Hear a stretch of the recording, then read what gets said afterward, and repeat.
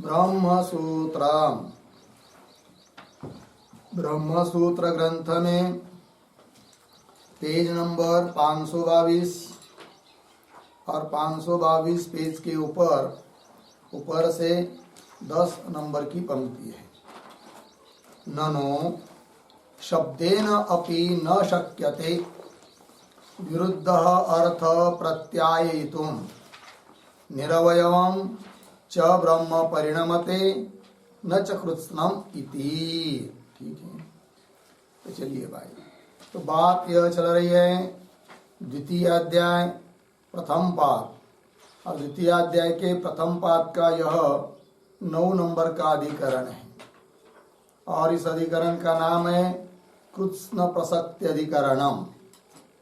और निरवय ब्रह्म से जगत उत्पन्न होता है, इस प्रकार का प्रतिपादन करने वाला जो ब्रह्म समन्वय, वही इस अधिकरण का विषय है। जबकि पूर्व पक्षी कहता है कि आप जिस ब्रह्म से जगत की उत्पत्ति मान रहे हो वह ब्रह्म तो निरवय है, क्योंकि बहुत सारी श्रुतियां उस ब्रह्म को निरवय बताती हैं। निष्कलम, निष्क्रियम, शांतम, निरवध्यम, निरंजनम इत्यादि श्रुतियां, तो ब्रह्म निरवय है। और निरवय ब्रह्म से जगत रूप परिणाम को मानते हो तो संपूर्ण ब्रह्म का परिणाम जगत के रूप में हो रहा है, ऐसा मानना पड़ेगा। तब होगा क्या? तो मूल का उच्छेद हो जाएगा, मूल का अभाव हो जाएगा, अर्थात ब्रह्म करके कोई बचेगा ही नहीं, क्योंकि उसका संपूर्ण रूप से परिणाम हो गया।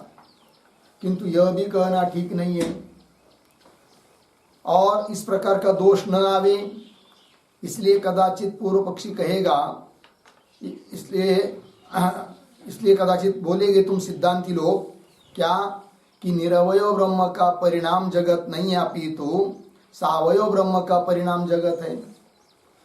अतः कुछ अवयव का परिणाम जगत हो जाता है और कुछ अवयव वैसे ही बच जाते हैं, अतः मूल का उच्छेद नहीं होगा, कृष्ण प्रसक्ति दोष भी नहीं आएगा, तो सावयव ब्रह्म जगत के प्रति कारण मानेंगे। यदि ऐसा कहेंगे सिद्धांती तुम लोग, तो पूर्व पक्षी बोलता है कि निरवयवत्व शब्द कोप, तो जिन श्रुतियों में ब्रह्म तत्व को निरवय बताया है उन शब्दों का कोप अर्थात व्याकोप अर्थात बाध हो जाएगा। अतः ये दोनों विरोधी बात मानना संभव नहीं है कि ब्रह्म को निरवय भी माने और उसका जगत रूप परिणाम हो रहा है किंतु संपूर्ण नहीं हो रहा है, ऐसा माने। ये दोनों बात विरोधी हुई, ऐसा मान नहीं सकते। इस प्रकार का जब पूर्व पक्षी ने अपनी बात कही, तब सिद्धांतियों ने उत्तर देना चालू किया सूत्र नंबर 27 से। तो सिद्धांतियों ने कहा कि ब्रह्म निरवय वही है, इसमें कोई संदेह नहीं है, और समस्त रूप से उसका परिणाम नहीं होता है, यह बात भी ठीक है। तो बोलेंगे फिर विरोधी बात कैसे मान रहे हो? तब उत्तर दिया शब्द मूलम, ब्रह्म का ज्ञान तो प्रत्यक्ष आदि प्रमाण से होता नहीं है, श्रुति से ही मानना पड़ता है। और श्रुति तो कह रही है कि ब्रह्म निरवय है और उसका परिणाम जगत है, और वो संपूर्ण रूप से नहीं है, क्योंकि ब्रह्म कारण जगत कार्य इनका भेद करके निर्देश भी किया हुआ है। अतः यह बात तो मानना ही है कि ब्रह्म निरवय है और उसका कृत्स्न रूप से परिणाम जगत नहीं है। क्योंकि विरोधी बात भले श्रुति भी कह रही हो, तो विरोधी बात को कैसा हम माने, ऐसा पूर्व पक्षी बोलेगा। तो वही अब पूर्व पक्षी कह रहा है ननु इत्यादि पंक्ति से कि विरोधी ज्ञान भले श्रुति कह रही हो तो भी क्यों न हुआ, श्रुति बता रही बात ठीक है, किंतु श्रुति भी यदि कह रही है और विरोधी अर्थ है जो बैठने रहे हैं, तो उसको हम कैसा माना जा सकता है, यह आक्षेप। तो वही पंक्ति आ रही है ननु इत्यादि जो अभी पढ़ी है। ये जो पंक्ति है ननु शब्देन अपि इत्यादि, उसके ऊपर लिखिए आक्षेप,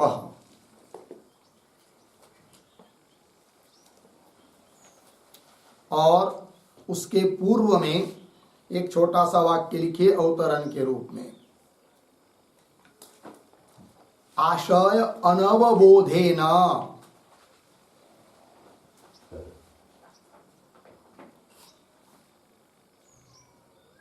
आशय अनवबोधेन शंकते ननु इति।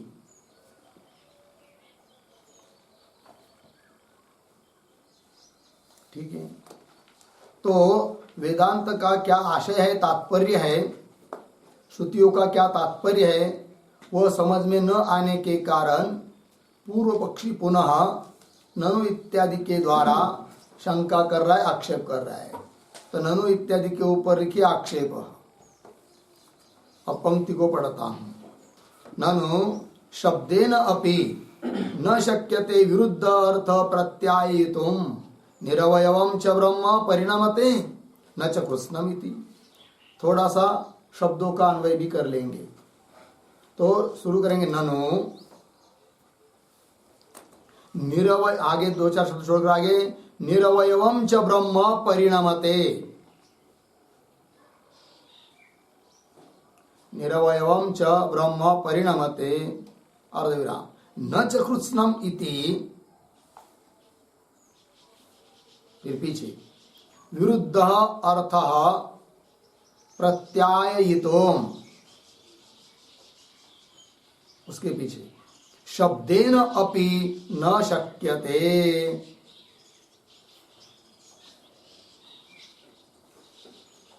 ठीक, देखो भाई अर्थ पूर्व पक्षी बोल रहा है कि ननो, विरोधी अर्थ आप बोल रहे हो, श्रुति बता रही है क्या कि निरवयवम च ब्रह्म परिणमते। एक बात, ब्रह्म निरवय है और उसका परिणाम हो रहा है जगत के रूप में। अच्छा ठीक है, मान लेंगे, संपूर्ण रूप से परिणाम मानो, क्योंकि निरवय है ब्रह्म। सावयव तो मान नहीं रहे हो। यदि सावयव होता तो कह सकते थे कुछ अवयव का परिणाम हो रहा है, कुछ का नहीं हो रहा है, किंतु ब्रह्म निरवयवम च परिणमते, एक बात। और उसकी विरुद्ध दूसरी बात बोल रहे हैं न च कृष्णम, किंतु संपूर्ण ब्रह्म का परिणाम नहीं है इति। यह बात विरुद्ध है। इस प्रकार का विरुद्ध अर्थ प्रत्यायितुम, इस प्रकार के विरोधी अर्थ का निश्चय करना शब्देन अपि न शक्यते, शब्देन श्रुति वचनेन अपि न शक्यते। श्रुति कह रही है ठीक है, किंतु इस प्रकार के विरोधी अर्थ का निश्चय होना संभव नहीं है, न शक्यते। ये कह रहा है पूर्व पक्षी, न शक्यते। इसके ऊपर एक छोटा वाक्य, शब्दस्य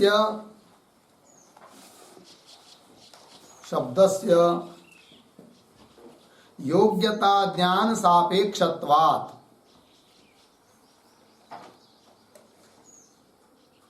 योग्यता ज्ञान सापेक्षत्वात् इत्यर्थः। सापेक्षत्वात् इत्यर्थः। ठीक, तो श्रुति प्रमाण होने पर भी विरोधी अर्थ को क्यों नहीं माना जा सकता है? तो बता रहे हैं कि शब्द भी योग्यता ज्ञान की अपेक्षा रखता है, तभी उस शब्द से शाब्दबोध होता है, यदि योग्यता रहती है अर्थ में तब। जैसे किसी ने कह दिया वन्निना सिंचेत, तो शब्द है तो भी उस सुनने वाले को शाब्दबोध नहीं हो सकता, क्योंकि वन्नी में सेक करणत्व नहीं है, योग्यता नहीं है। और शब्द तभी शाब्दबोध उससे उत्पन्न होता है, शब्द से शाब्दी प्रमा, जब उसमें योग्यता रहती है। उस प्रकार यहाँ पर भी निरवय ब्रह्म का परिणाम मानना और कुछ संपूर्ण परिणाम न मानना, यह विरोधी बात का भी निश्चय श्रुति से भी नहीं किया जा सकता। मतलब श्रुति कर रही तो भी नहीं कर सकते, ये बोल रहा है पूर्व पक्षी। और आगे, यदि निरवयवम ब्रह्म स्यात् न एव परिणमेत, एक तो ये बात होनी चाहिए, क्यों कृष्णम एव वा परिणमेत, नहीं तो ये बात होनी चाहिए। दोनों विरोधी कैसी होगी? पूर्व पक्षी बोल रहा है यदि निरवयवम ब्रह्म स्यात्, ब्रह्म यदि निरवय है तो न एव परिणमेत, उसका परिणाम ही नहीं होता है, ये कहो तो भी हम मान लेंगे, क्योंकि निरवय है भाई, क्योंकि जो भी परिणाम होता है वो सावयव का होता है। ब्रह्म निरवय है अतः उसका परिणाम होता ही नहीं है, तब तो बात समझ में आ सकती है। और किंतु इसके बावजूद भी निरवय मानकर भी यदि परिणाम मानना ही है तो संपूर्ण का परिणाम मानो। वही कह रहे कृष्णम एव वा परिणमेत, यदि निरवय ब्रह्म का परिणाम जगत के रूप में मानना ही है तो कृष्णमेव संपूर्ण ब्रह्म का परिणाम होता है, एक तो ये बात मानो। किंतु आप तो विरोधी बात बोल रहे, ब्रह्म को निरवय भी मानना और कृष्ण परिणाम भी न मानना, ये बात कैसी है? आगे, अथ केनचित रूपेण परिणमेत केनचित च अवतिष्ठेत इति रूप भेद कल्पनात् सावयवम एव प्रसज्जेत। पूर्व पक्षी बोल रहा है कि भाई ये सिद्धांति तुम लोग केनचित रूपेण यदि परिणाम मानोगे और केनचित च मतलब किसी रूप से अवतिष्ठ मानेंगे, अवस्थिति मानेंगे ब्रह्म की, क्योंकि जगत उत्पन्न होने पर भी ब्रह्म को बता रही है श्रुति, भेद से निर्देश कर रही है। इसका मतलब अवस्थित है, स्थित है ब्रह्म जगत को उत्पन्न करने पर भी। तो यदि किसी रूप से परिणाम मानेंगे और किसी रूप से स्थिति मानेंगे, इस प्रकार रूप भेद कल्पना, इस प्रकार रूप की भेद की कल्पना करोगे तो सावयवम एव प्रसज्जेत, ब्रह्म तो सावयव ही सिद्ध होगा, निरवय सिद्ध नहीं होगा। क्योंकि एक रूप से परिणाम होना, एक रूप से न होना, यह उन चीज में ही संभव है जो चीज सावयव है। तो ब्रह्म को एक तो तुम सावयव मानो, सावयव तो मानते नहीं हो, फिर विरोधी बात कैसी घटेगी? ये पूर्व पक्षी का अभिप्राय। रूप भेद कल्पनात् सावयवम एव प्रसज्जेत। ठीक, कदाचित अब उस पूर्व पक्षी को कोई कहेगा, क्या करो हे पूर्व पक्षी, तुमको विरोधी बात लग रही है ना, तो विकल्प मान लो। विकल्प मतलब कैसे कि ब्रह्म निरवय भी है, क्योंकि कोई श्रुति निरवय बता रही है तो ब्रह्म को निरवय भी मानो, और उसका कृष्ण रूप से परिणाम नहीं है ऐसा कर रही श्रुति तो वो भी मान लो, अथवा ब्रह्म निरवय भी मान लो, सावयव भी मान लो। क्योंकि कृष्ण प्रसक्ति नहीं है तो इस बात को बताने के लिए सावयव मानना पड़ रहा है, क्योंकि निरवय रहेगा तो कृष्ण प्रसक्ति होगी, मतलब संपूर्ण ब्रह्म का परिणाम होगा, और संपूर्ण ब्रह्म का परिणाम नहीं मान रहे हैं, इसका मतलब सावयव, तो ब्रह्म को सावयव भी मानो। और जो श्रुति कह रही ब्रह्म निरवय है, उस श्रुति का बाद न हो, इसलिए ब्रह्म को निरवय भी मानो। तो विकल्प से मान लो ब्रह्म को, हाँ भाई हमारा ब्रह्म निरवय भी है, सावयव भी है, ऐसा मान लो। ऐसा कोई कहेगा पूर्व पक्षी को, तब पूर्व पक्षी उसको उसके लिए उत्तर देता है कि ऐसा नहीं हो सकता। विकल्प होता है वो क्रिया में होता है, क्योंकि क्रिया का अनुष्ठान पुरुष के अधीन है, किंतु वस्तु के बारे में विकल्प नहीं होता है। वही बात कह रहा है आगे, क्रिया विषय ही इत्यादि पंक्ति के द्वारा। तो ये जो पंक्ति चालू होने जा रही है क्रिया विषय इत्यादि, उसके पूर्व में एक वाक्य लिखते हैं अवतरण, ननु ब्रह्म सावयवम निरवयवम वा, ब्रह्म सावयवम निरवयवम वा इति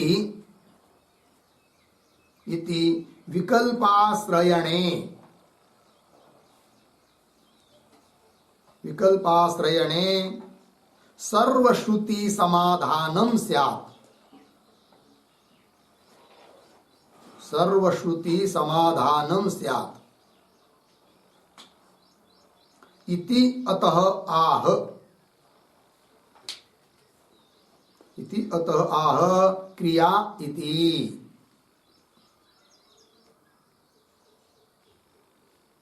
देखो भाई, ननु ब्रह्म सावयवम निरवयम वा इति विकल्प आश्रय, इस प्रकार का विकल्प का आश्रय कर लो, अर्थ विकल्प मान लो कि ब्रह्म कैसा है, सावयव भी है निरवय भी है। तब क्या होगा, सर्वश्रुति समाधान, किसी श्रुति के साथ विरोध नहीं आएगा। ठीक है, कोई श्रुति करे निरवय तो निरवय, कोई श्रुति करे सावयव तो सावयव, विकल्प मानते हम ब्रह्म के बारे में, ऐसा मान लो। ऐसा यदि कोई पूर्व पक्षी को बोलता है तो पूर्व पक्षी उसको उत्तर देता है कि ऐसा हो नहीं सकता। क्यों? पंक्ति देखिए, क्रिया विषये ही अतिरात्रे षोडशिणं गृह्णाति नातिरात्रे षोडशिणं गृह्णाति इत्येवं जातीयकायां विरोध प्रतीतौ अपि विकल्पाश्रयणं विरोध परिहार कारणम भवति। क्यों? पुरुषतंत्रत्वाच्च अनुष्ठानस्य, अनुष्ठानस्य पुरुषतंत्रत्वाच्च, ये मतलब। देखो भाई एक एक बात, तो क्रिया विषय, क्रिया के बारे में विकल्प होता है। जैसे कि श्रुति कह रही है अतिरात्रे षोडशिनम गृह्णाति, अतिरात्र नाम का याग है और उस याग में षोडशी नाम का पात्र का ग्रहण करे, ये श्रुति बता रही है। और दूसरी श्रुति कह रही है कि न अतिरात्रे षोडशिनम गृह्णाति, अतिरात्र नाम के याग में, कर्म में षोडशी नाम के पात्र का ग्रहण न करे। तो फिर दोनों विरोधी बात हुई। तो ऐसी स्थिति पर क्या किया जाता है? तो विकल्प माना जाता है। तो अतिरात्र याग में षोडशी नाम के पात्र का ग्रहण कर भी सकते हैं, नहीं भी कर सकते हैं। इस प्रकार का विकल्प तो हो जाता है वहां पर। उसी प्रकार का विकल्प फिर यहां पर मान लो, कोई कहेगा पूर्व पक्षी को कि ब्रह्म निरवय भी है, सावयव भी है। तब उसके लिए कह रहा है पूर्व पक्षी ऐसा नहीं होता है। क्रिया के बारे में तो विकल्प कर सकते हैं। क्यों? क्रिया पुरुष के अधीन है। अंतिम में लिखा ना, इति एवं जातीय कायाम विरोध प्रतीतवपि, इस प्रकार का विरोध प्रतीत होने पर भी विकल्पाश्रयणम, विकल्प का आश्रय करते हैं तो वो क्या करता है? विकल्प विरोध परिहार कारणम भवति, विरोध जो हो रहा है श्रुतियों में, उस विरोध का परिहार करने के लिए कारण बन जाता है। कौन? विकल्प। क्योंकि विकल्प मान लिया, ठीक है हम लोग षोडशी का ग्रहण कभी कर सकते कभी नहीं कर सकते, विकल्प मान लिया तो श्रुति के साथ कोई विरोध नहीं। विरोध परिहार का कारण विकल्प आश्रय बन गया। क्यों विकल्प वहां पर मान सकते हैं? तो कह रहे पुरुष तंत्रत्वाच्च अनुष्ठानस्य, क्रिया कर्म यज्ञादिक उसका अनुष्ठान करना यह पुरुष तंत्र है। पुरुष तंत्रत्वात् मतलब पुरुष अधीनत्वात्, पुरुष के अधीन है। करना नहीं करना, षोडशी नाम के पात्र का ग्रहण करना नहीं करना इत्यादि। अतः वहां पर क्रिया के बारे में विकल्प हो सकता है, किंतु वस्तु के बारे में विकल्प नहीं होता है। ये बोल रहा है पूर्व पक्षी, और बात सही है। समझ लीजिए वस्तु सामने घट रखी है और कोई कहेगा घट कैसा है भाई, तो कोई किसी ने कह दिया पीला है, किसी ने कह दिया काला है। अब क्या करे भाई, दोनों बात लोग को बोल अलग अलग बोल रहे हैं। और यदि सुनने वाला कहेगा फिर ऐसा करते विकल्प मान लेते, घट पीला भी है काला भी है, ऐसा नहीं हो सकता। क्योंकि वस्तु जैसी है वैसी ही होती है, उसके बारे में विकल्प नहीं होता है। क्रिया के बारे में विकल्प हो सकता है।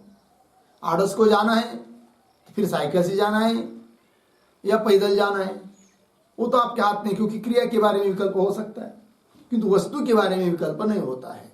उस प्रकार ब्रह्म यदि निरवय हो तो निरवय में रहेगा, सावयव नहीं हो सकता। यदि सावयव है तो सावयव ही रहेगा, निरवय नहीं हो सकता। तो विकल्प वहां पर नहीं मान सकते। यही बात बोल रहा है पूर्व पक्षी आगे यह इत्यादि पंक्ति के द्वारा। तो पंक्ति को देखिए, इह तो विकल्प आश्रयणेन अपि न विरोध परिहार संभवति। इह तो, यहां पर तो मतलब कहा, यह का अर्थ लिखिए, यह तो ऐसा आया है ना, उसका तात्पर्य ब्रह्मणि परिणाम अपरिणामयो हो,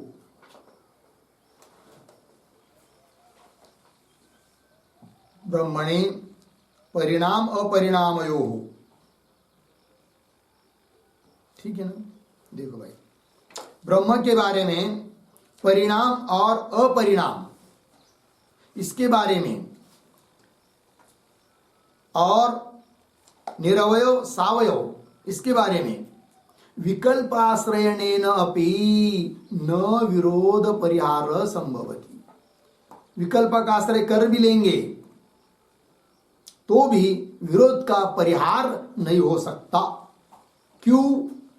अपुरुष तंत्रत्वात् वस्तुनः अपुरुष तंत्रत्वात्, वस्तु पुरुष तंत्र नहीं है, पुरुष के अधीन नहीं है। वस्तु जैसी होती है वैसी ही होती है। ब्रह्म यदि परिणामी है तो परिणामी रहेगा, अपरिणामी है तो अपरिणामी रहेगा, परिणामी भी अपरिणामी भी, सावयव भी निरवयव भी, ऐसा हो नहीं सकता, क्योंकि वस्तु पुरुष के अधीन नहीं है। इसलिए आगे तस्मात् दुर्घटम एतत् इति, यहां तक पूर्व पक्ष हुआ। इसलिए यह सब बात दुर्घट है। एतत् एतत् दुर्घटम, एतत् मतलब क्या, तो उस पर एक टिप्पणी लिखते हैं। एतत् बराबर, एतत् बराबर श्रुति प्रामाण्यम, श्रुति प्रामाण्यम दुर्घटम, दुर्घटम पूर्ण विराम तथा ही ब्रह्मण निरवयवत्वे, ब्रह्मण निरवयवत्वे प्रकृतित्व श्रुति विरोध,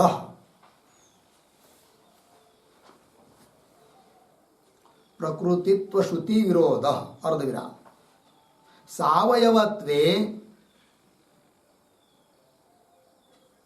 सावयवत्वे निरवयवत्व शब्द विरोध, निरवयवत्व शब्द विरोध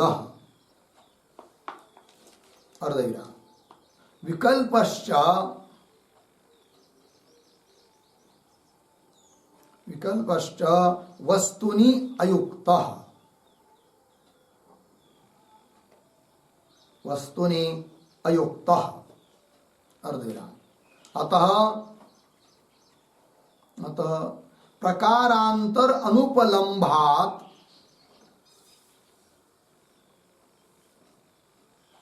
प्रकारांतर अनुपलम्भात् श्रुतीनां प्रामाण्यम दुर्घटम, श्रुतीनां प्रामाण्यम दुर्घटम इति पूर्व पक्षः,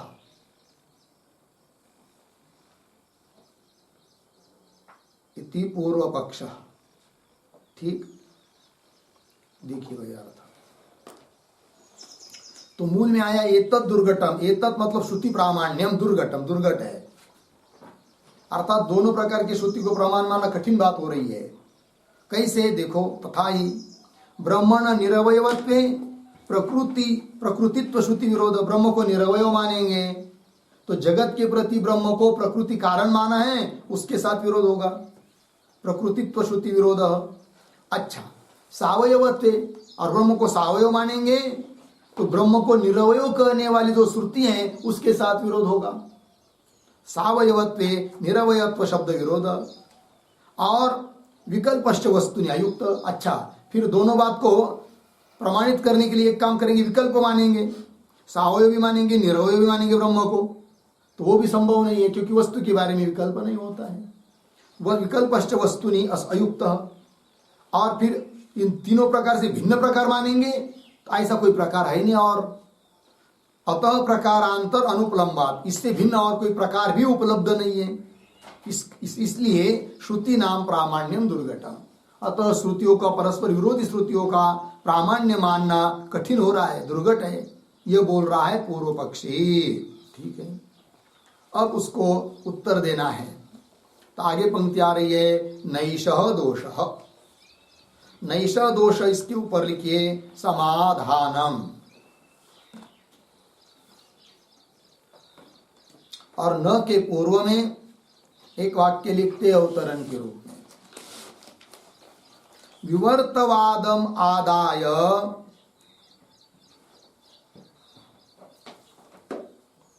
विवर्तवादम आदाय सिद्धांति परिहरति, सिद्धांति परिहरति। ठीक, देखो भाई, अब विवर्तवाद को लेकर सिद्धांति परिहार कर रहे, समाधान दे रहे हैं। ठीक है, तो देखो, नैषः दोष, एषः दोषः न, यह कोई दोष नहीं है, यह कोई दोष नहीं मतलब कौन सा दोष नहीं है, तो उस पर भी एक टिप्पणी लिखते हैं, नैषः दोष है, इसके ऊपर लिखेंगे, निरवयवस्य ब्रह्मणः निरवयवस्य ब्रह्मणः विकार अस्पृष्टतया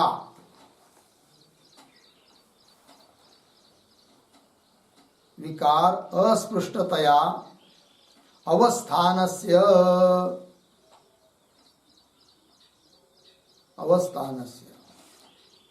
विकारात्मना च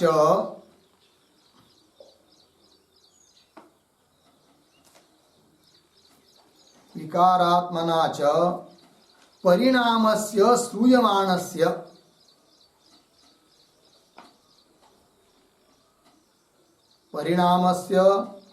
श्रूयमाणस्य मिथो विरोधे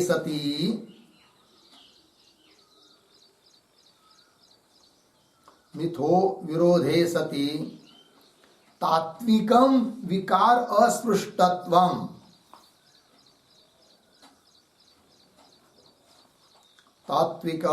विकारास्पृष्टत्वम्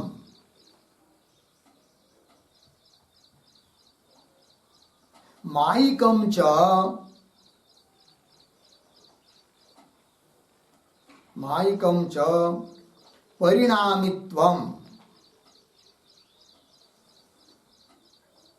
परिणामित्वम् इति व्यवस्थायां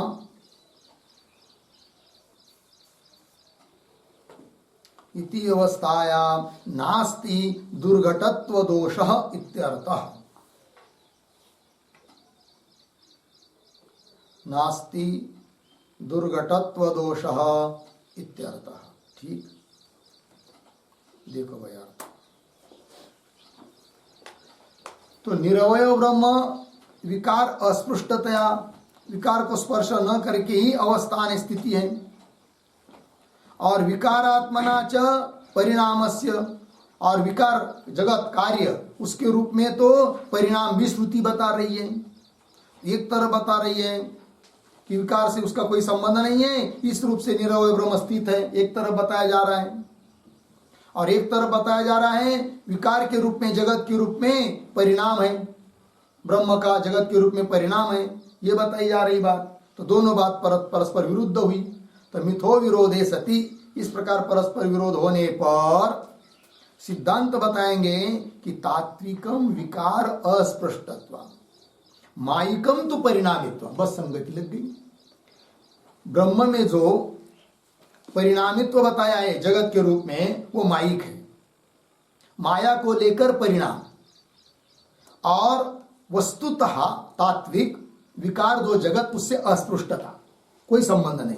अतः निरवय तो भी सिद्ध हो जाता है और परिणामित्व भी सिद्ध हो जाता है, कोई बात विरोध नहीं आती विवर्तवाद का आश्रय करके। जैसे कि रज्जु के ऊपर प्रतीत जो सर्प है, तो उस सर्प के प्रति रज्जु उपादान कारण है, अर्थात रज्जु का परिणाम सर्प है, ये भी बोल सकते हैं। और वस्तुत, और वैसा देखा जाए तो रज्जु सर्प से असंबंधी जू का त्यू है, ये भी कह सकते हैं। तो बोलेंगे कैसा ऐसे विरोधी बात कह पाओगे? तो उसका उत्तर दिया जाता है कि रज्जु का जो सर्प के रूप में परिणाम बताया जाता है वह अज्ञान को लेकर, क्योंकि उस रज्जु की शक्ति है अज्ञान, और उस अज्ञान का परिणाम हुआ सर्प, तो परिणामित्व है वह अविद्या को लेकर। और जू का त्यू रज्जु अवस्थित है, सर्प से अस्पृष्ट, स्पर्श नहीं है, संबंध नहीं है, इस रूप से रज्जु स्थित है, वो कैसे?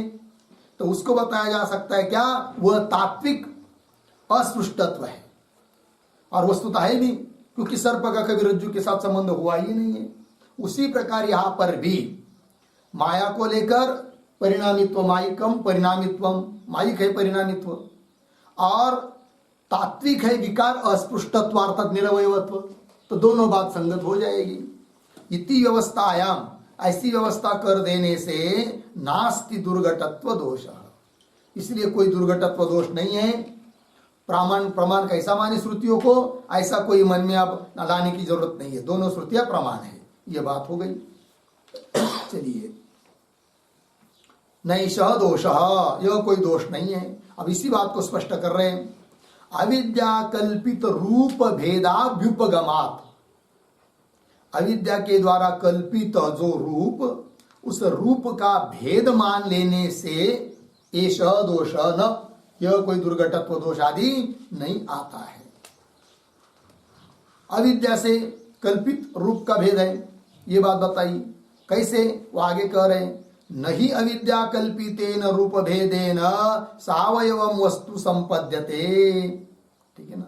ये जो पंक्ति है नहीं इत्यादि, उसके पूर्व में एक वाक्य लिखते, छोटा सा उदाहरण, यच्च उक्तम सावयवत्वम, यच्च उक्तम सावयवत्वम स्वीकृतम चेत, सावयवम स्वीकृतम चेत तर्हि निरवयवत्व व्याघातः, निरवयवत्व व्याघातः इति तत्र आह नहीं इति।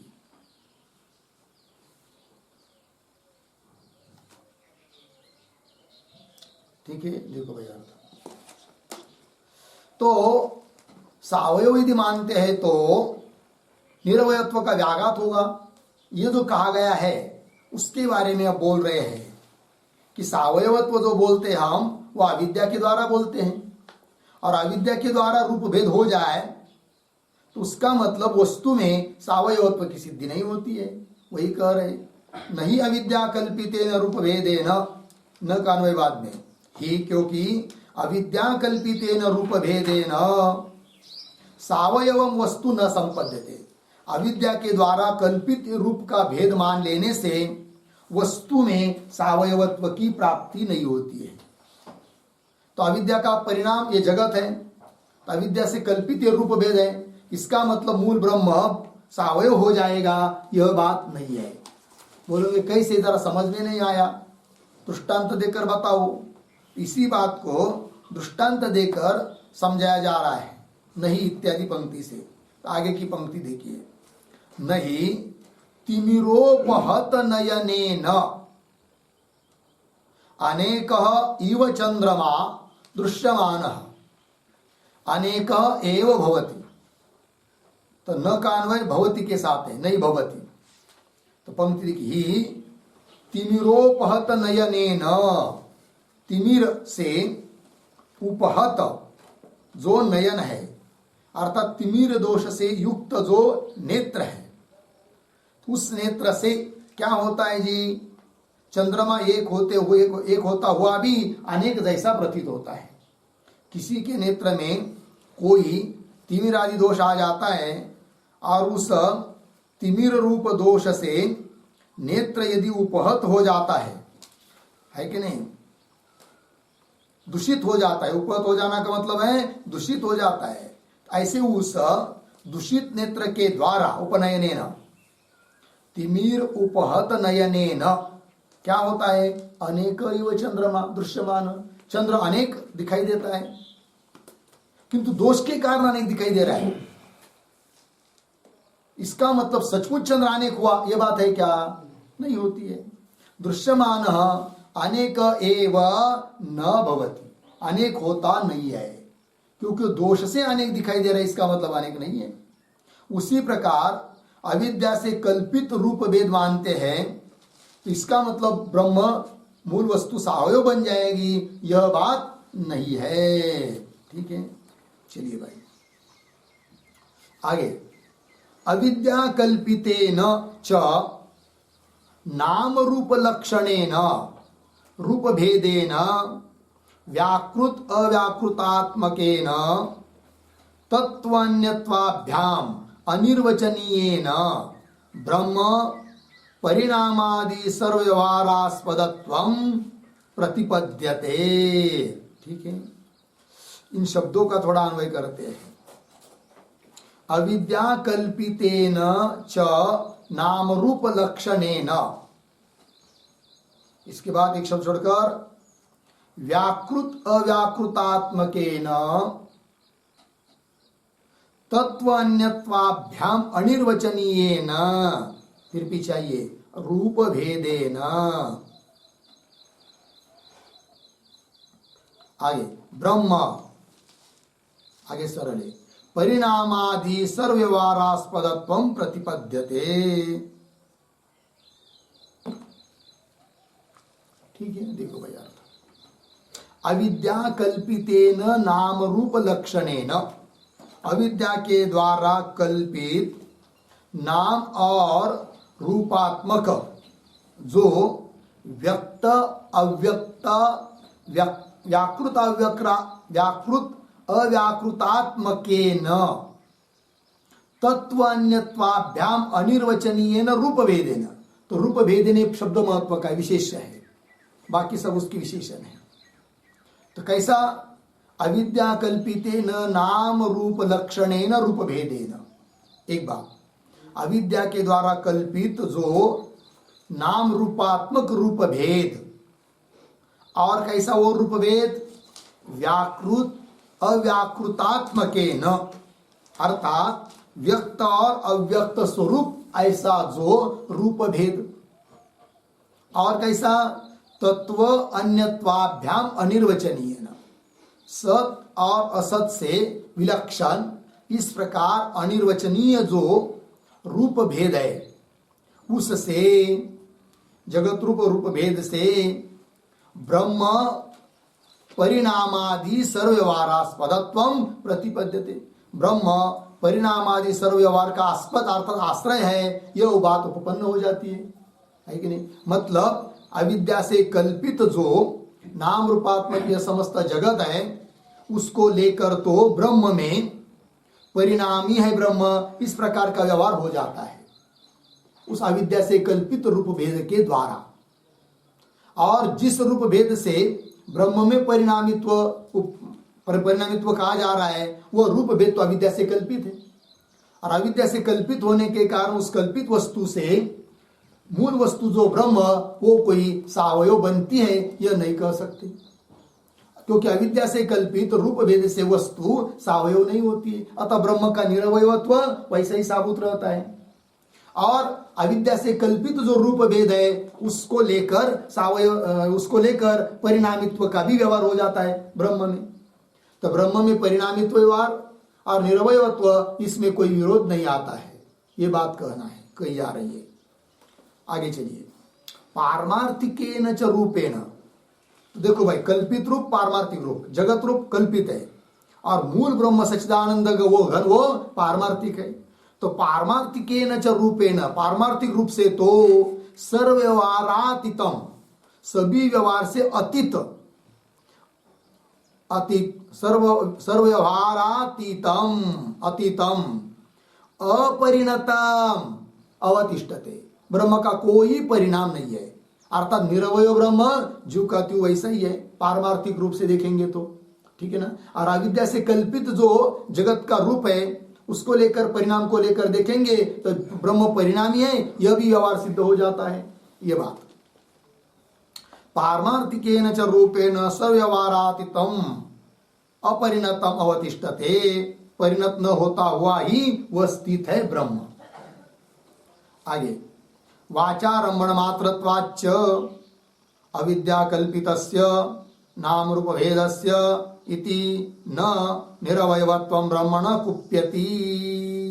ठीक है, अब कौन बात बोली जा रही है, तो ये जो पंक्ति है वाचारंभण इत्यादि, उसके पूर्व में एक छोटा वाक्य लिखा उधर, कृत्स्न प्रसक्ति निरस्य,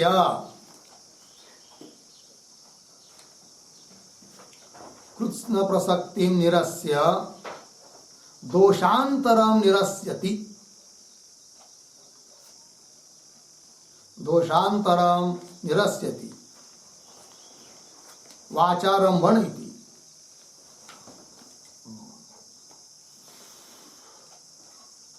ठीक है, देखो भाई, तो ब्रह्म को निरवय सिद्ध कर दिया, निरवय है, जगत रूप परिणाम होने पर भी निरवय है, ये कह दी, और कृष्ण प्रसक्ति का दोष भी नहीं आया अभी तक बताया।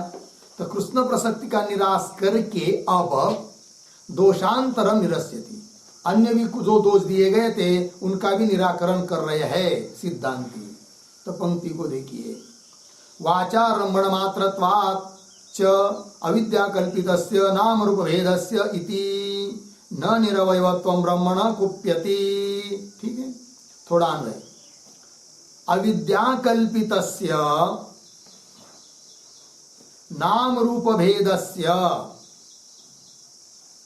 पीछे वाचारंभण मात्रत्वात्, वाचारंभण मात्रत्वाच्च, आगे इति,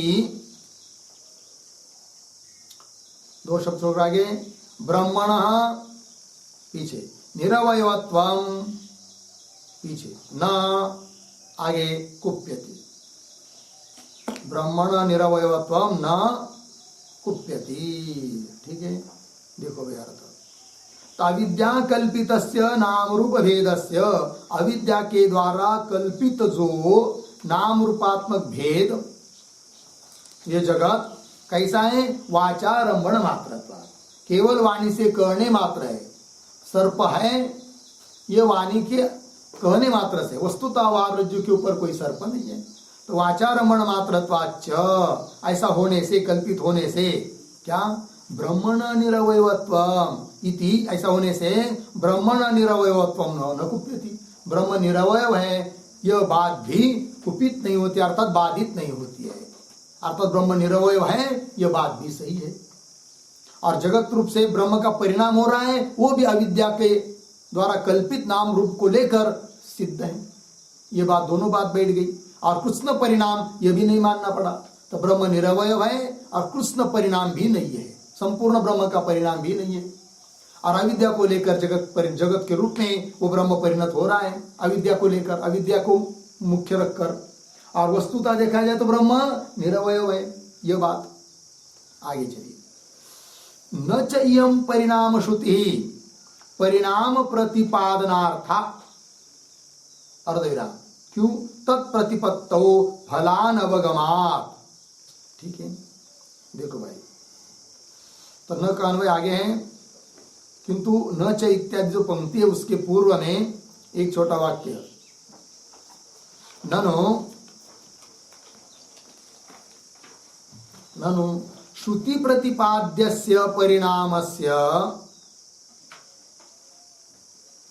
श्रुति प्रतिपाद्यस्य परिणामस्य कथम मिथ्यात्वं, कथम मिथ्यात्वं तत्राह न च इति।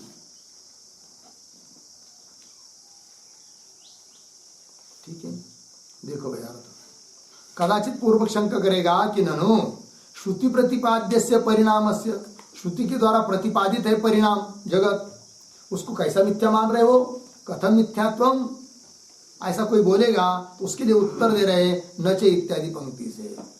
तो पंक्ति को देखिए, न का अन्वय बाद में, च इयं परिणाम श्रुति ही, जिस श्रुति में जगत रूप परिणाम बताया है, तो यह परिणाम श्रुति का प्रयोजन क्या है, इसका तात्पर्य किस अर्थ में है। तो परिणाम बताने में तात्पर्य नहीं है, ये कह रहे आप। च इयं परिणाम श्रुति ही परिणाम प्रतिपादनार्था, न का अन्वय यहाँ पर, यह परिणाम को कहने वाली श्रुति परिणाम प्रतिपादन के लिए है, यह बात नहीं है। क्यों, तत्प्रतिपत्त, उस परिणाम को जान भी लेंगे तो कोई फल नहीं है उसका, कुछ हाथ में लगता नहीं है। कितना भी जगत को जानेंगे तो क्या फल, कुछ नहीं। तत्प्रतिपत्त फल अनवगमात्, ठीक है, कोई फल नहीं मिलता है। फिर परिणाम श्रुति बताई क्यों है, तब कह रहे सर्वव्यवहारहीन ब्रह्मात्म भाव प्रतिपादनार्था तू ऐसा, क्यों, तत्प्रतिपत्तो फलावगमात्।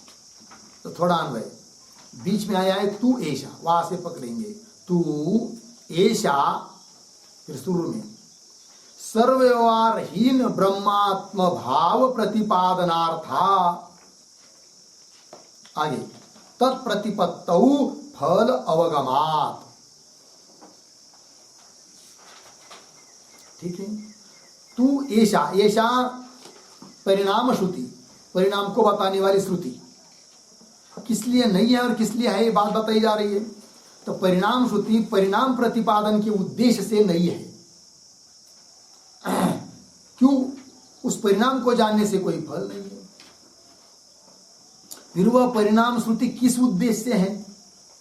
तो बोल रहे तू ऐसा परिणाम श्रुति सर्व व्यवहारहीन, सभी व्यवहारों से रहित, ब्रह्मात्म भाव, ब्रह्म ही आत्मा है, आत्मा ही ब्रह्म है,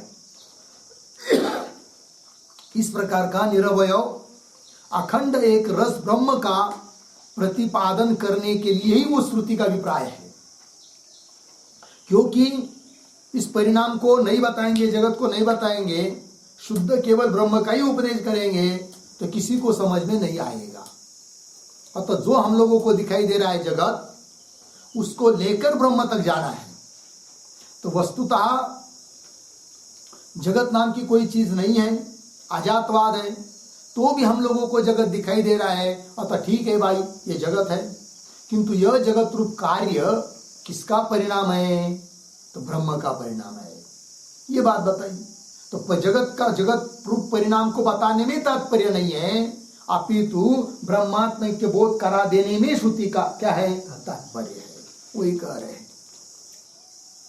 तू ऐसा सर्व व्यवहारहीन, सभी व्यवहारों से रहित, ब्रह्मात्म भाव प्रतिपादनार्था। तो बोलेंगे ऐसा कैसा जाना आपने?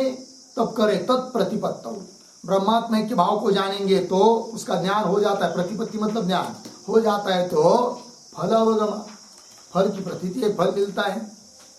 क्या फल मिलता है? अभय भाव की प्राप्ति, मोक्ष भाव की प्राप्ति। वही कह रहे आगे फल। स एष नेति नेति आत्मा इति उपक्रम्य आह अभयम वै जनक प्राप्तोसि इति। ठीक है ना? तो ये जो पंक्ति है ना, स एष इत्यादि, उसके पूर्व में एक छोटा वाक्य, ब्रह्मात्म प्रतिपत्तौ, ब्रह्मात्म प्रतिपत्तौ फलावगतिम उदाहरति,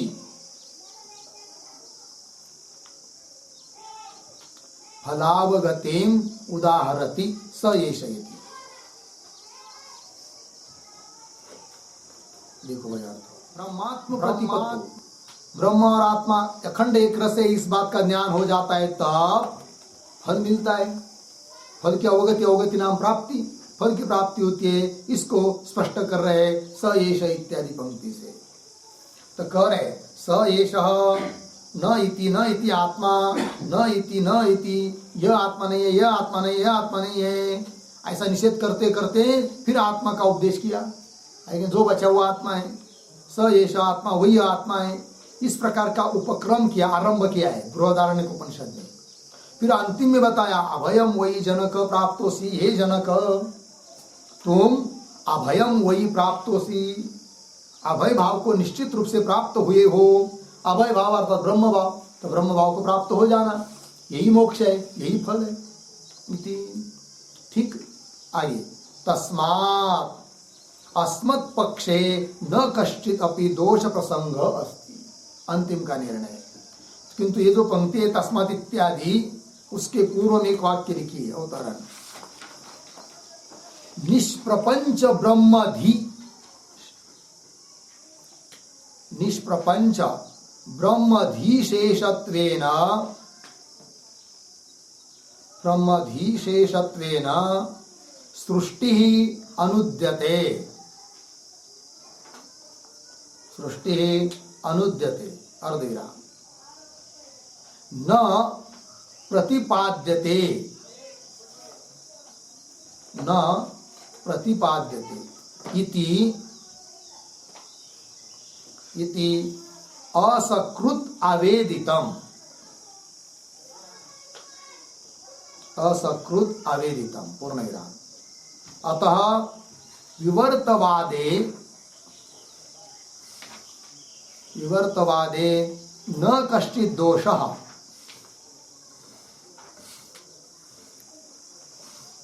न कश्चित् दोषः इति उपसंहरति, इति उपसंहरति, तस्मात् इति। ठीक है, देखो भाई अर्थ। निष्प्रपंच ब्रह्मधीशेषत्वेन सृष्टि अनुद्यते। निष्प्रपंच प्रपंच रहित ब्रह्मधि अर्थात ब्रह्म बोध हो जाए, उसके लिए शेष के रूप में, अंग के रूप में सृष्टि अनुद्यते, सृष्टि का अनुवाद किया जाता है। न प्रतिपाद्यते, प्रतिपादन नहीं किया जाता है। अर्थात सृष्टि का प्रतिपादन करने में तात्पर्य नहीं है, उसका अनुवाद कर रहे हैं। वो भी किस लिए? वह इसलिए कि निष्प्रपंच ब्रह्म बोध का वो अंग है। क्योंकि प्रपंच को नहीं बताएंगे तो प्रपंच का कारण ब्रह्म है, इस बात को नहीं समझा पाएंगे। यद्यपि ब्रह्म को कारण के रूप में बोध कराना ये भी तात्पर्य नहीं है, शुद्ध ब्रह्म बोध कराने में ही तात्पर्य है। किंतु उस ब्रह्म के लिए तो कोई न लिंग है न कोई आकार प्रकार है, और बोध कैसा कराएंगे? अतः जगत जो दिखाई दे रहा है उसको पकड़कर ब्रह्म तक ले जाना है और उसका बोध करा दिया जाता है। ये बात अनुद्यते न प्रतिपाद्यते इति असकृत अवेदितम, बार बार हमने कह दिया है। अतः विवर्तवादे न कष्टित दोष, अतः विवर्तवाद में कोई दोष नहीं है, ऐसा मन में रखकर उपसंहार कर रहे सिद्धांती। तस्मात् अस्मत् पक्षे, हम वेदांतियों के पक्ष में न कष्टिदपि दोष प्रसंग, प्रसंग प्राप्ति, किसी भी दोष की प्राप्ति नहीं है, ये बात बता दी। इसके साथ साथ ये 27 नंबर के सूत्र का भाष्य पूरा हुआ। अब इस अधिकरण का आगे और 2 सूत्र बचे हैं, 28 नंबर का सूत्र आ रहा है, तो उस सूत्र का उच्चारण और उसका अर्थ देख लेते हैं। आत्मनि चैवं विचित्राश्च हि, आत्मनि चैवं विचित्राश्च हि। ठीक, तो चलिए इस सूत्र के बारे में भी लिख लेते हैं। लोग लिखेंगे सूत्रावतरणम।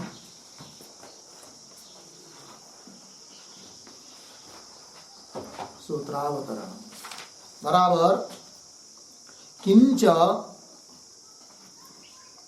किंच जगत ब्रह्म विवर्तत्वे,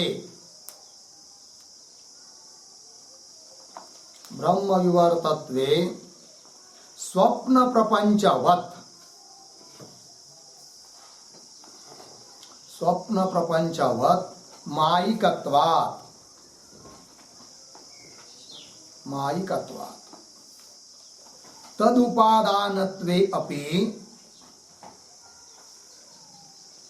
तदुपादानत्वे अपि ब्रह्मणः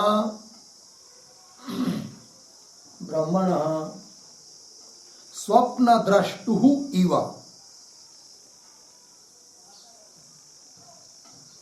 स्वप्न द्रष्टुः इव न कृष्ण प्रसक्त्यादि दोषः स्यात्,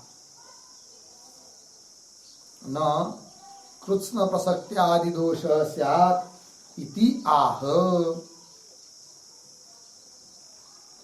इति आह। फिर नीचे की पंक्ति में सूत्रम,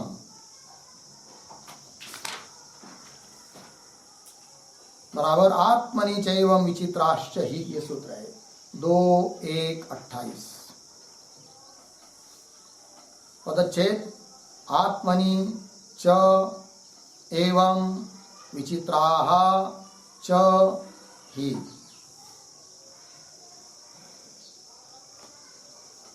सूत्र के पदों का थोड़ा अन्वय, अंतिम है ही, फिर शुरू में आत्मनि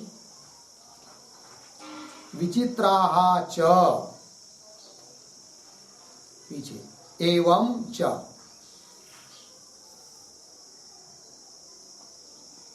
ठीक, चलिए भाई आगे। पदार्थोक्ति, प्रतीक है ही, बराबर यतः, यतः आगे प्रतीक है आत्मनि,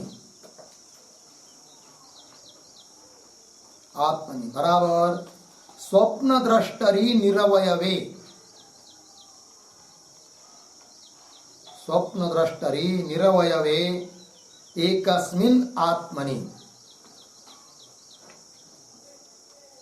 एकस्मिन् आत्मनि।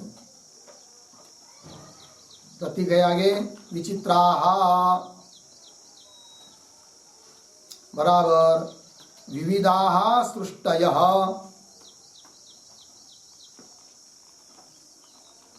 विविधाः सृष्टयः श्रूयन्ते श्रूयन्ते पूर्णविराम। तथा ही उद्धरण चिन्ह में न तत्र रथाः न तत्र रथाः अर्धविराम न रथयोगाः अर्धविराम न पंथानः भवन्ति न पंथानः भवन्ति अर्धविराम अथ रथान रथान रथयोगान पथः सृजते पथः सृजते उद्धरण चिन्ह बंद। बृहदारण्यक 4:3-10 आगे इति श्रुत्या स्वरूप अनुमर्देन स्वरूपानुपमर्देन स्वरूपानुपमर्देन एव स्वप्नदृशी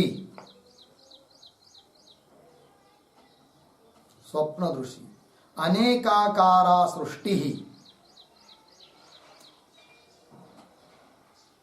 अनेकाकारा सृष्टि अभिधीयते अभिधीयते पूर्णविराम। च प्रतीक है च बराबर लोके मायाविनी स्वरूपानुपमर्देन एव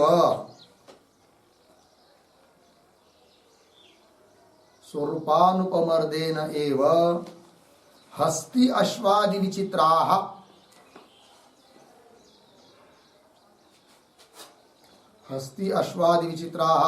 सृष्टयः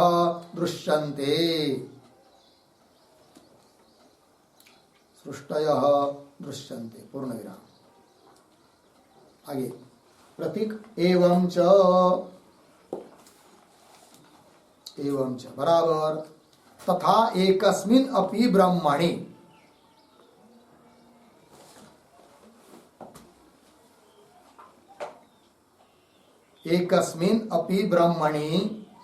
स्वरूपानुपमर्देन एव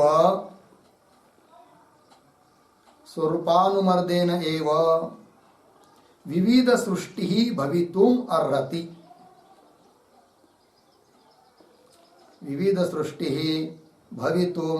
अर्हति इति। ठीक है, देखो भाई अर्थ तो सूत्रावतरण लिखा है किंच जगत ब्रह्म विवर्तत्वे। ठीक, यह जगत ब्रह्म का विवर्त है ऐसा मान लेने पर भी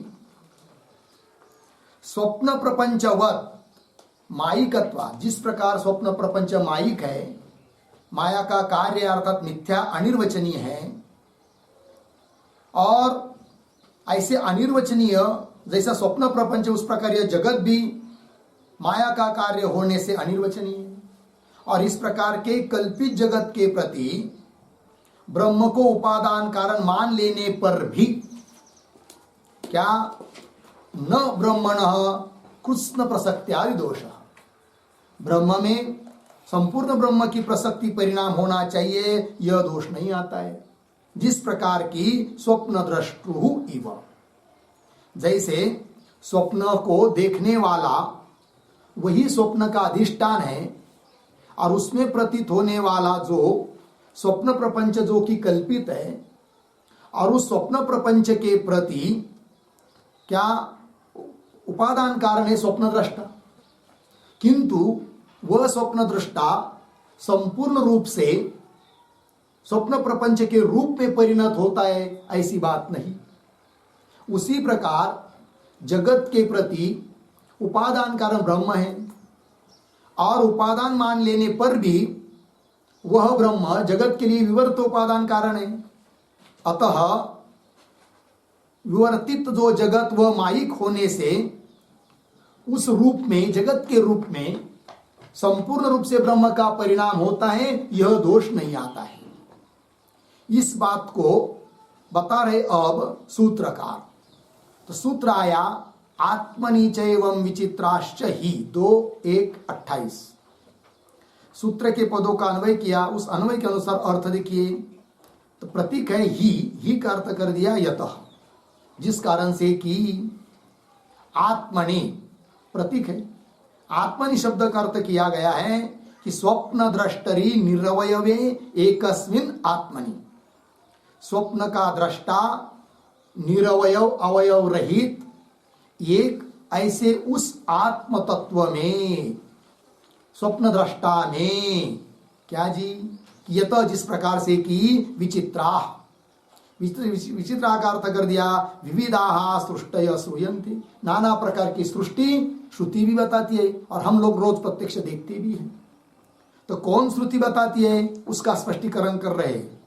न तत्र रथाः न रथयोगाः न पंथा न भवन्ति। तत्र उस स्वप्न अवस्था में न कोई रथ है, न रथ योगा। रथ योगा का मतलब होता है अश्व, घोड़े, न वहां पर कोई वस्तुता व्यवहारिक घोड़े हैं। न पंथा न भवन्ति, और न कोई वहां पर मार्ग है। अथ रथान रथ योगान पथ सृजते, तो भी वहां पर अनिर्वचनीय रथ, घोड़े और मार्ग की उत्पत्ति होती है। इस प्रकार श्रुति बता रही है एक ही निरवयव स्वप्न दृष्टा आत्मा में नाना प्रकार की स्वप्न सृष्टि को। इति श्रुत्या स्वरूप अनुपमर्देन एव, दृष्टा जो विवर्त उपादान कारण साक्षी आत्मा है उसके स्वरूप का नाश किए बिना ही, स्वरूप अनुमर्देन एव स्वप्न दृष्टा में अनेकाकारा सृष्टि अभिधीयते, अनेक प्रकार की सृष्टि कही जाती है, बोली जाती है, बताई जाती है।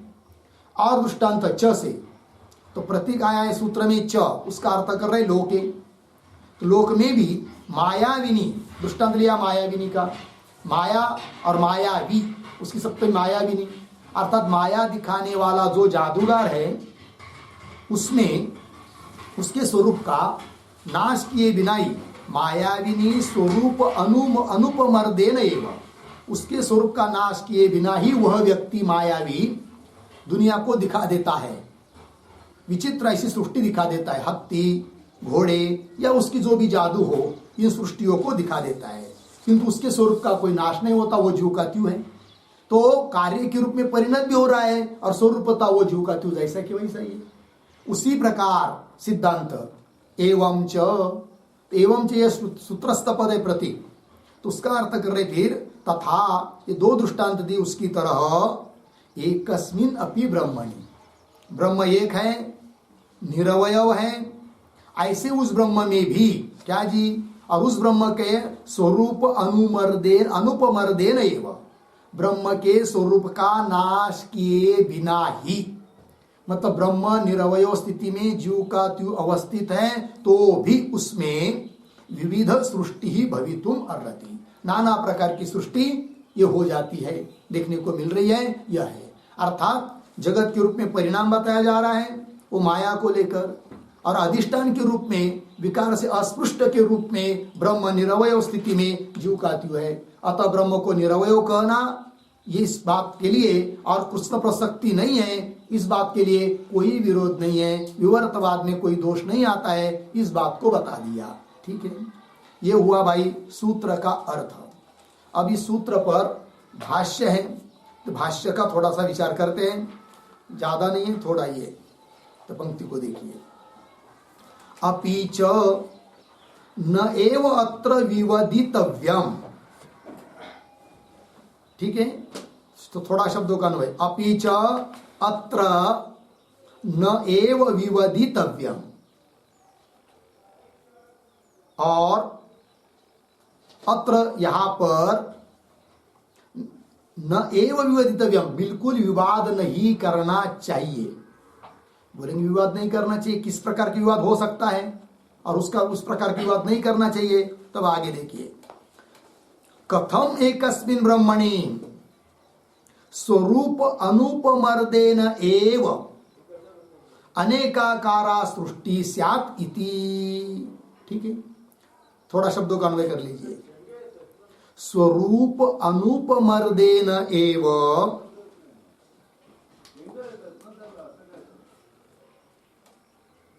पीछे एकस्मिन् ब्रह्मणि, आगे अनेकाकारा सृष्टि, पीछे शुरू में कथम स्यात् इति। देखो भाई, एकस्मिन् ब्रह्मणि, एक ही ब्रह्म में, स्वरूप अनुपमर्देन एव, उस ब्रह्म के स्वरूप का नाश किए बिना ही, एकस्मिन् ब्रह्मणि, एक ही उस ब्रह्म में, अनेकाकारा सृष्टि, अनेक प्रकार की सृष्टि कथम, कैसी हो सकती है, इति न विवादितव्यम, इस प्रकार का विवाद नहीं करना चाहिए। ये बात तो ये जो लिखा है ना, स्वरूप अनुपमर्देन एव, उस पर एक वाक्य लिखते हैं, पूर्वावस्था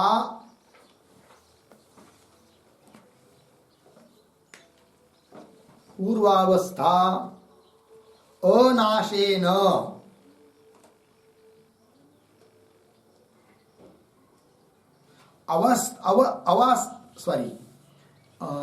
पूर्वावस्था अनाशेन नहीं, सॉरी है ना, पूर्वावस्था नाशेन,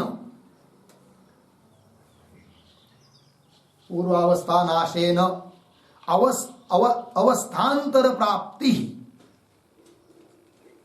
अवस्थान्तर प्राप्ति परिणाम,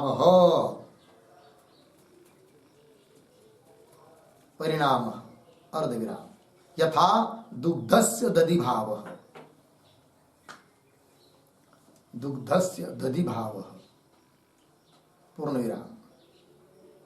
आगे पूर्व रूप अनुपमर्देन, पूर्व रूप अनुपमर्देन अवस्थान्तर भानम, अवस्थान्तर भानम विवर्तः, विवर्तः पूर्ण विराम, यथा शुक्तौ रजत भानम, शुक्तौ रजत भानम। ठीक है, देखो भाई अर्थ, परिणाम किसको कहते हैं और विवर्त किसको कहते हैं। तो पूर्वावस्था नाशेन, नाशेन विनाशेन, पूर्वावस्था का नाश पूर्वक, अवस्थान्तर प्राप्ति, अन्य अवस्था की प्राप्ति, इसका मतलब होता है परिणाम। जैसे दूध का जो स्वरूप है उसका नाश पूर्वक अन्य अवस्था की दधिभाव की प्राप्ति होती है, तो दूध का परिणाम है दही। और विवर्त किसको कहते हैं, पूर्व रूप अनुपमर्देन, पूर्व रूप का नाश हुए बिना ही अवस्थान्तर का भान, जैसे रज्जु का अपने स्वरूप का नाश हुए बिना ही अवस्थान्तर सर्प के रूप में प्रतीत होना, अर्थात रज्जु का विवर्त है सर्प। उसी प्रकार ब्रह्म का जो अपना स्वरूप है उसका नाश हुए बिना ही अन्य रूप से जगत रूप से प्रतीत होना, यह है ब्रह्म का विवर्त जगत। जैसे शुक्ति का विवर्त है रजत, इस प्रकार। तो वही करे, मूल पंक्ति में आइए, तो स्वरूप अनुपमर्देन एव, या विवर्तवाद बताया जा रहा है, ब्रह्म के स्वरूप का नाश किए बिना ही उस एक ब्रह्म में अनेकाकारा सृष्टि कथम स्यात्, कैसी होगी, इस प्रकार का विवाद नहीं करना चाहिए। क्यों भाई, तो मूल में आया है सूत्र में ही, उसका अर्थ कर दिया यतः। तो यतः कारण की क्या जी, यतः आत्मनि अपि एकस्मिन् स्वप्नदृशि स्वरूपानुपमर्देन एव अनेकाकारा सृष्टि पठ्यते। थोड़ा अन्वय, यतः एक शब्द छोड़कर आगे, एकस्मिन् स्वप्नदृशि, पीछे आत्मनि अपि,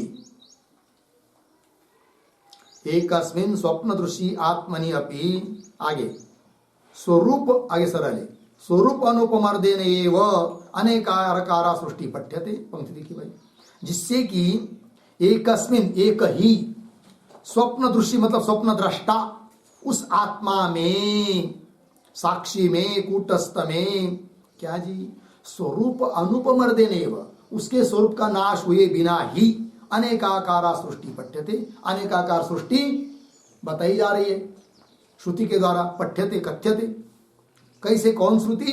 तो श्रुति दे रही है, दे रहे हैं, न तत्र रथाहा, उस स्वप्न अवस्था में न रथ है, न रथ योगा, रथ योग का मतलब घोड़े, वो नहीं है, न पंथान, मार्ग भी नहीं है, अथ फिर क्या, वहां पर रथ, रथान, रथ योगान, पथ सृजते, रथ, घोड़े, मार्ग सब उत्पन्न किया जाता है वहां पर स्वप्न में, इत्यादि ना, ये बात बताई जा रही है। और दृष्टांत च को लेकर सूत्र में जो च आया है, तो लोके अपि देवादिषु माया व्यादिषु च, देवता लोग अनेक रूप धारण कर लेते हैं, और मायावी भी अनेक रूप दिखाता है, किंतु अपने स्वरूप का नाश हुए बिना भी अनेक सृष्टि को दिखाता है। तो देवादिषु मायावी ऐसे शब्द है, आदि लोग जोड़ देंगे, माया व्यादिषु च स्वरूप अनुपमर्देन एव, अपने स्वरूप का नाश किए बिना ही, विचित्रा, विचित्र ऐसे नाना प्रकार के, कौन, हस्ती अश्वादि सृष्टय दृश्यन्ते, ये दो दृष्टांत हुए। तथा सिद्धांत एवं च, ये जो सूत्र में आया उसका भाष्य, तथा एकस्मिन् अपि ब्रह्मणि, एक ही उस ब्रह्म तत्व में, स्वरूप अनुपमर्देन एव, उस ब्रह्म तत्व के स्वरूप का नाश हुए बिना ही अनेकाकारा सृष्टि भविष्यति, अनेक प्रकार की यह सृष्टि होती है, होगी, कोई दोष नहीं है। तो ब्रह्म इस जगत के लिए उपादान कारण है, तो भी ब्रह्म अपने जीव के रूप में स्थित है, निरवय की अवस्थिति में स्थित है, कोई दोष नहीं, इस बात को बता दिया। इसके साथ साथ इस 28 नंबर के सूत्र का भाष्य पूरा हुआ। अब इस अधिकरण का एक सूत्र बचा है, उसका विचार हम लोग कल करते हैं। ओम पूर्णमदः पूर्णमिदं पूर्णात् पूर्णमुदच्यते पूर्णस्य पूर्णमादाय पूर्णमेवावशिष्यते। ओम